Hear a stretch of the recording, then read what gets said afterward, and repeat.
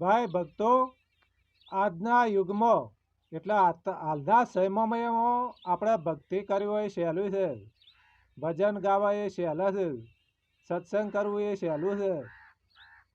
પણ હાલના યુગમાં આ કળિયુગમાં આ જે સરહદ ઉપર જે સૈનિકો છે ને એને રાત દિવસ ઊંઘવા નથી મળતું.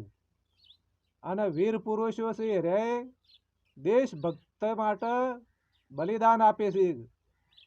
એટલે અસલ ભક્તો તો એર્યા છે, કારણ કે એર્યા ભક્તો દેશભક્તો જો સરહદ ઉપર ના હોય તો આ અમેરિકા ને ઈરાક ને ઇઝરાયલ ને બધા કહેવત નહીં કે આખલા આખલા લડાય અને વચમાં આપણો ગણ નીકળી જાય.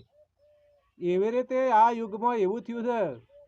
એટલે આપણા જે દેશભક્તો છે ને એના કારણથી આપણે ભક્તિ કરી શકીએ, ભજન ગાઈ શકીએ, સત્સંગ કરી શકીએ અને એવો કોઈ મેળાવડો પણ કરી શકીએ.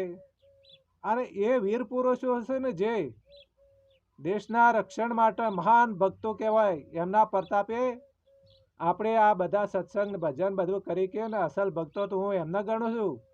તો ધન છે એમની માતાને જનેતાને એ વીર પુરુષોને સરહદ ઉપર રાત દિવસ ઊંઘતા નથી. માટે એવા ભક્તો દેશની રક્ષણ કરી રહ્યા છે, એ દેશભક્ત કહેવાય. આપણે તો સામાન્ય ભગત ગણાય, ખાલી ભજન ગાવું છે ને સત્સંગ કરવું એ તો નામનું છે ભાઈ. પણ પરમાત્મા એના ઉપર રાજી છે, દેશ માટે બલિદાન આપે એના ઉપર પરમાત્મા રાજી છે. કારણ કે એ કર્મ કરી રહ્યો છે, કેટલાય પબ્લિકનું રક્ષણ કરી રહ્યો, આખા દેશની જનતાનું રક્ષણ કરી રહ્યા છે. એવા ભક્તોને ધન્ય છે, ધન્ય છે એમની માતાઓને, વીર પુરુષોને જણ્યા એમની માતાને ધન્યવાદ છે.